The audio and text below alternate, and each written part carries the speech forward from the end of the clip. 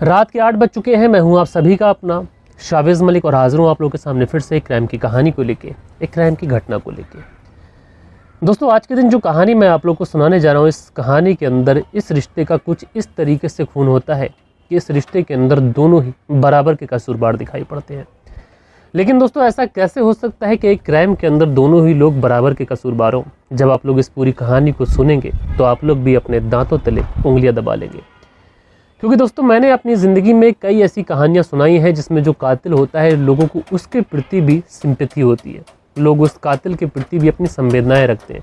कहते हैं कि उसने जो कुछ भी किया मजबूरी में किया। लेकिन दोस्तों, क्राइम होता है, चाहे मजबूरी में किया जाए या फिर प्लानिंग करके किया जाए, उसकी सज़ा बराबर मिलती है। इसलिए इंसान को कभी भी क्राइम का रास्ता नहीं चुनना चाहिए। दोस्तों, दुनिया में कहा जाता है कि अगर सबसे ज़्यादा पवित्र रिश्ता कोई होता है तो माँ और बेटे के बाद में जो रिश्ता पवित्र होता है वो रिश्ता होता है एक पति और उसकी पत्नी का रिश्ता। क्योंकि दुनिया में जितने भी रिश्ते होते हैं वो सब के सब हमारे खून के रिश्ते होते हैं। उनसे कोई ना कोई हमारा लगाव होता है पहले से ही, जन्म से पहले से ही।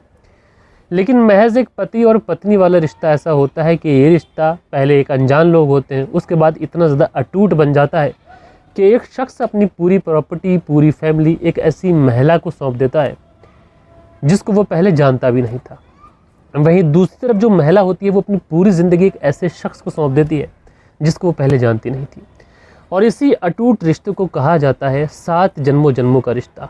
और आज के इस दौर में इस रिश्ते को कुछ इस तरीके से कलंकित किया जा रहा है कि लोग सोचने और समझने को मजबूर हैं। तो दोस्तों, आज की कहानी पूरी मैं आप लोगों को सिलसिलेवार तरीके से सुनाऊँगा। लेकिन आप लोगों से रिक्वेस्ट है, दरख्वास्त है कि जो लोग भी चैनल पर पहली बार आए हैं वो लोग चैनल को सब्सक्राइब करें, साथ के साथ बेल आइकन को प्रेस करें ताकि हमारी जितनी भी वीडियोस आती हैं उसकी नोटिफिकेशन आप लोग को मिलती रहे। तो फिर चलते हैं, सीधा इस कहानी का रुख करते हैं। दोस्तों, बात करें अगर आज की इस कहानी की, तो आज की इस कहानी की शुरुआत होती है मध्य प्रदेश की कटनी से। और इसी कटनी के अंदर एक थाना लगता है बोहरीबंद थाना। ये जो बोहरीबंद थाना है, इसी बोहरीबंद थाने के अंतर्गत एक गाँव आता है सिमरापट्टी गाँव।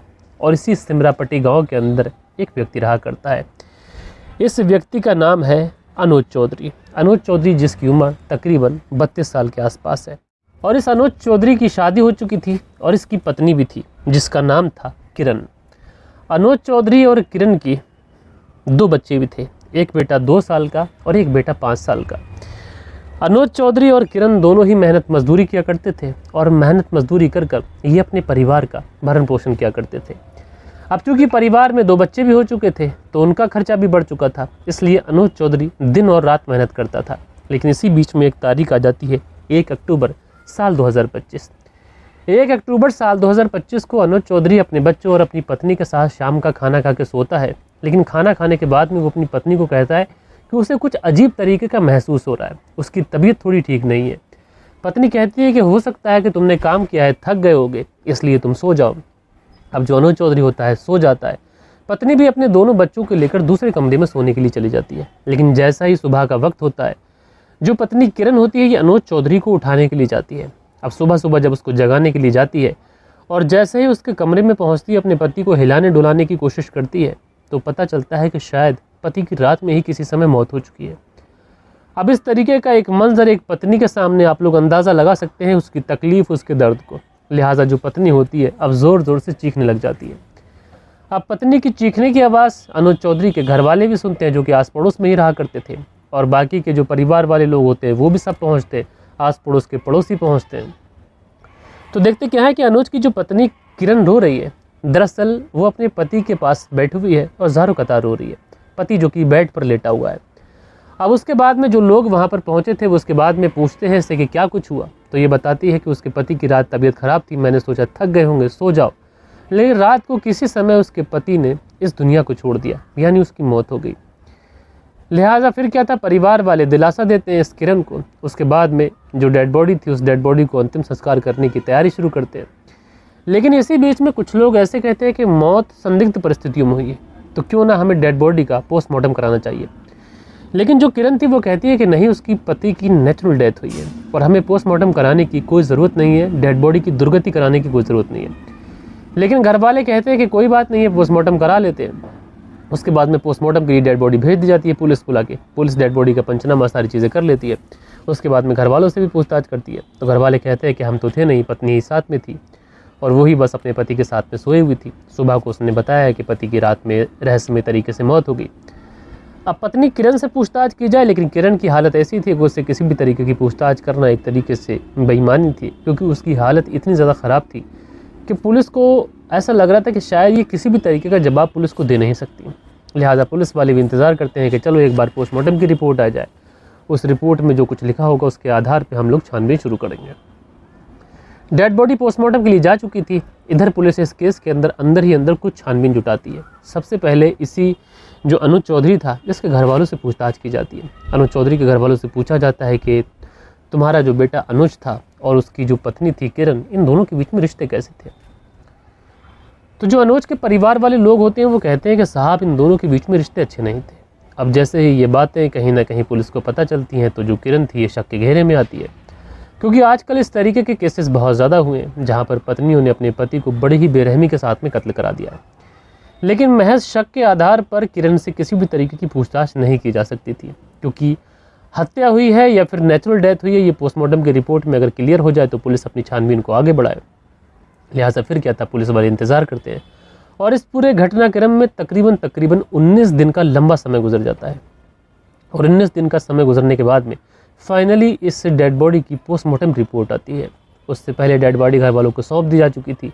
घर वाले डेड बॉडी का अंतिम संस्कार कर चुके थे। सारी ही चीज़ें ऑलमोस्ट नॉर्मल होने को थी।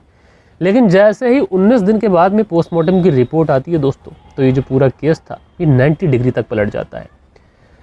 दरअसल 19 दिन के बाद में जो रिपोर्ट आई थी उस रिपोर्ट में ये बहुत क्लियरली मेंशन था कि जिसको महज तबीयत ख़राब होने की वजह से मौत बताई जा रही थी, यानी सडन डेथ बताई जा रही थी, वो कोई सडन डेथ नहीं थी बल्कि एक सूझबूझ से किया हुआ कत्ल था। दरअसल अनुज चौधरी की जो मौत हुई है वो दम घुटने की वजह से हुई है और उसके गले को किसी दुपट्टे या फिर किसी कपड़े से खींच कर दबाया गया, जिसकी वजह से उसकी मौत हो गई।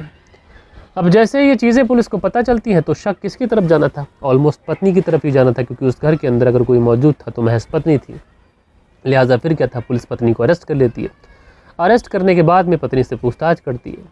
अब पत्नी थोड़ी देर तक तो इधर उधर की बातें करती है, लेकिन पुलिस जब पत्नी से सही तरीके से पूछताछ करती है तो जो पत्नी किरण होती है ये पुलिस के सामने टूट जाती है। और टूटने के बाद में जो कहानी सुनाती है, यकीनन दोस्तों वो कहानी अपने आप में इतनी ज़्यादा रिश्तों को तार तार कर देने वाली कहानी थी कि आप लोग सुनेंगे तो सुन के हैरान हो जाएंगे। दरअसल किरण बताती है कि इस कहानी की शुरुआत होती है तकरीबन 6 साल पहले से। और अनुज जो था वो मेहनत मजदूरी किया करता था, कभी कभी राजमिस्त्रियों के साथ मजदूरी किया करता था। वहीं पर मैं भी मजदूरी करने के लिए जाया करती थी। मेरी अनुज से मुलाकात हुई, मुलाकात दोस्ती में बदली। मुझे लगा कि अनुज एक बहुत अच्छा लड़का है, बहुत सीधा लड़का है, इसलिए मैं भी अनुज के प्रति अट्रैक्टिव हो जाती हूँ। उसके बाद में हम लोग शादी करने का फ़ैसला कर लेते हैं और फाइनली इस मोहब्बत में हम लोग फ़ैसला करते हैं कि अपनी मोहब्बत को नाम देना चाहिए, रिश्ता देना चाहिए, और हम लोग शादी करने का फ़ैसला कर लेते हैं। अब अनुज और किरण दोनों शादी कर चुके थे। शादी के बाद में समय गुजरता है। समय गुजरने के बाद में इनको एक बच्चा होता है जो कि बेटा था। फिर थोड़ा समय गुजरता है, फिर एक बेटा हो जाता है दूसरा। अब कहीं ना कहीं परिवार के जो खर्चे थे वो खर्चे बढ़ चुके थे और जो अनुज था इसे शराब पीने की बहुत ज़्यादा लत थी और ये अक्सर शराब पी के आया करता था। लेकिन इसने कुछ दिनों से पत्नी के सामने कुछ अजीब तरीके की शर्तें रखना चालू कर दी थी। दरअसल अनुज आए दिन अपनी पत्नी को गैर मर्दों के साथ सुनाने के लिए भेजता था। अब जो किरण थी कभी कभी विरोध करती, कभी कभी पत्नी के दबाव के आगे मान जाती, सोने के लिए चली जाती। इसी तरीके से चलता रहता है। इसी तरीके से 1 अक्टूबर साल 2023 का दिन आ जाता है, 25 का दिन। और 1 अक्टूबर साल 2025 को जो अनुज था ये अपनी पत्नी किरण से कहता है कि फला फला एक इंसान है और तुम्हें आज रात उसके साथ गुजारना है। अब ये बात किरण सुनती है तो उसको बड़ा अजीब सा लगता है। उसको लगता है कि उसका पति जो है वो बाज नहीं आएगा और इसी तरीके की हरकतें करता रहेगा। कहीं ना कहीं मान सम्मान इज्जत इन सारी चीज़ों के लिए जो किरण थी अब तहैया कर लेती है, दिल में ठान लेती है कि अब वो आगे से और जुल्म नहीं सहेगी, बल्कि वो इसके खिलाफ आवाज़ उठाएगी। लेकिन आवाज़ उठानी थी तो उसको दूसरी तरीके से उठानी थी। बल्कि उसने एक फ़ैसला किया, उसने किया कि अनुज चौधरी है अगर वही इस दुनिया में नहीं रहेगा तो फिर आगे से उसको इस तरीके की चीज़ें, गलत चीज़ें करने के लिए कौन बोलेगा। इसलिए रात को सोते समय वो अपने पति अनुज चौधरी का गला दबाकर हत्या कर देती है और हत्या करने के बाद में सुबह को नाटक करती है कि उसके पति की रहस्यमय तरीके से मौत होगी। उसके पति ने कहा था कि शाम को उसकी तबीयत ख़राब है। बहरहाल दोस्तों, जब पुलिस ने इस किरण की ये पूरी बात सुनी तो पुलिस महज किरण से सिर्फ और सिर्फ एक ही बात कहती है, और वो ये कहती है कि अगर तुम्हारा पति तुमसे गलत काम कराता था और तुम अपने पति की इस गलत कामों के खिलाफ आवाज़ उठा सकती थी, लेकिन आवाज़ उठाने का भी एक जेन्युइन तरीका होता है। तुम पुलिस का सहारा ले सकती थी, रिश्तेदारों का सहारा ले सकती थी, यानी कत्ल ना कर तुम्हारे पास कई अनगिनत रास्ते थे। अगर आप उस रास्ते पर चलती तो शायद आपके दोनों बच्चे अनाथ ना होते। दोनों बच्चे इसलिए अनाथ हो जाते हैं कि जो पिता है वो तो इस दुनिया से जा चुका है, लेकिन अब जो माँ है शायद वो भी अपनी पूरी ज़िंदगी जेल में गुजारेगी। बहरहाल दोस्तों, इस तरीके के जो इंसिडेंट होते हैं ये कहीं ना कहीं समाज में कुछ इस तरीके से देखने को मिलते हैं कि कहीं ना कहीं जो शौहर था वो तो गलत था ही था, लेकिन पत्नी ने भी उसको सही करने की बजाय बल्कि गलत रास्ता ही चुन लिया। आप लोग इस पूरी कहानी के बारे में जो भी सोचते हो कमेंट्स करके ज़रूर से ज़रूर बताइएगा दोस्तों। बाकी कल के दिन आप लोग के कुछ बेहतरीन से कमेंट्स थे, वक्त होता है कि आप लोग के कमेंट्स पढ़ लिए जाए। सो दोस्तों, कल के दिन जो आप लोग के कुछ कमेंट्स थे इसमें देव कुमार जी लिखते हैं, वेरी नाइस एक्सप्लेन। आपने कमेंट्स पढ़ने बंद कर दिए हैं क्या? मैं जब भी कमेंट्स करता हूं तो शायद कमेंट्स पढ़ नहीं पाते हैं। देव कुमार जी, ऐसा नहीं है, हो सकता है कि आपने कमेंट्स किया हो तो पिछली वीडियो पे कर दिया हो, बाकी लेटेस्ट वीडियो के सारे कमेंट्स पढ़े जाते हैं। अंसारी सुहेल लिखते हैं, अस्सलाम वालेकुम जनाब, सलामत रहिए। तो अंसारी सुहेल जी मेरे भाई आपका शुक्रिया। अंसारी सुहेल आगे लिखते हैं, माशाल्लाह नया लुक, नया अंदाज़, खूबसूरत गार्डन के दिलकश मंजर, बहुत खूब। तो मेरे भाई शुक्रिया आपका। अंसारी सुहेल आगे लिखते हैं, अस्सलाम वालेकुम मोहतरम, सलामत रहिए, वक्त और हालात बहुत ख़राब हो चुके हैं। तो अंसारी सुहेल जी आपका शुक्रिया। उसके बाद में शाकिब फरहान जी कमेंट्स करते हैं, बहुत बहुत शुक्रिया। पीके शर्मा लिखते हैं, वेरी नाइस स्टोरी सरजीत। पीके शर्मा जी मेरे भाई शुक्रिया आपका। शरियन शर्मा लिखते हैं, बहुत अच्छा भाई शाबेश। तो शरियन शर्मा जी मेरे भाई शुक्रगुजार हूँ आपका। मीना जी लिखते हैं, गार्डन का नज़ारा बहुत अच्छा है, फ्रेश एयर महसूस आ रहा है। तो शुक्रिया बहन आपका। सचिन चौधरी जी हार्ट्स बनाकर शुक्रिया अदा करते हैं। साहिल शाहबुद्दीन लव यू लिखते हैं, तो मेरे भाई शुक्रिया आपका। मोहम्मद रियाज लिखते हैं, nice story, well job, thanks. तो मोहम्मद रियाज जी शुक्रिया आपका। मीना जी लिखते हैं, नमस्ते, धन्यवाद भाई जी सोनम की खबर देने के लिए। तो बहन आपका शुक्रिया। फरजाना सिद्दीकी लिखते हैं, back side sceneries is very nice. तो शुक्रिया आपका। उसके बाद फरजाना सिद्दीकी लिखते हैं, thanks for update for Raja Raghuvanshi case. तो बहन आपका शुक्रिया। शुक पवार लिखते हैं, nice look for video shoot. तो मेरे भाई आपका शुक्रिया। उसके बाद में शरीफ मोहम्मद लिखते हैं, बैकग्राउंड स्कैन बहुत ब्यूटीफुल है, अच्छा है, शुक्रिया आपका। मनदीप वर्मा की पत्नी प्रादीप वर्मा जलंधर पंजाब से कहानी सुनती हैं, बहुत बहुत शुक्रिया आपका। खान अकील लिखते हैं, अस्सलाम वालेकुम शाबिश भाई, नाइस स्टोरी और उसको फांसी होनी चाहिए। तो खान अकील जी मेरे भाई शुक्रिया आपका। नरगिस बानो लिखती हैं, वेरी नाइस जी। नरगिस बानो जी आप और आपकी बिटिया सलामत रहें, खुश रहें। राधे श्याम शर्मा लिखते हैं, राधे श्याम शर्मा शिरसी जयपुर राजस्थान से कहानी सुनते हैं, शुक्रिया आपका। सुरेंद्र शर्मा लिखते हैं, नमस्कार मलिक भाई साहब, जो कि श्री विजयनगर राजस्थान से सुनते हैं। सुनील त्यागी लिखते हैं, नमस्कार भाई साहब, शाना बुलंदशहर से सुनते हैं, शुक्रिया आपका। फरजाना सिद्दीकी लिखते हैं, इस स्टोरी को भी अपडेट दीजिएगा। तो ज़रूर अगर कोई अपडेट आएगी तो मैं दूंगा। अलवफा जी कमेंट्स करते हैं। सोहन लाल सेतिया जी कमेंट्स करते हैं। लईक अब्बास लिखते हैं, भाई तुम मिर्ची और काली मिर्च और बताशे खाया करो, आपका ज़ुकाम ठीक हो जाएगा। तो लईक अब्बास जी, मैंने काली मिर्च और बताशे ट्राई किए थे लेकिन उससे भी कोई बेनिफिट मिला नहीं। उसके बाद में ये चौधरी लिखते हैं, लगता है लोगों को जैसे संस्कार के साथ नाता ही तोड़ लिया है लोगों ने। तो शुक्रिया आपका। बहरहाल दोस्तों, ये कुछ बेहतरीन से कमेंट्स थे जो कल के दिन आप लोगों ने किए थे। आशा करता हूँ कि आज की जो कहानी है ये आप लोग को ज़रूर से ज़रूर पसंद आई होगी। कहानी पसंद आई हो तो एक लाइक करिएगा, दोस्तों और मित्रों के साथ में ज़रूर शेयर करिएगा। बाकी दोस्तों, मिलता हूँ मैं आप लोगों से कल के दिन किसी और स्टोरी के साथ में। जब तक के लिए अपना ख्याल रखें, देश का ख्याल रखें, परिवार के रिश्तों की अहमियत को समझें। जय हिंद, जय भारत।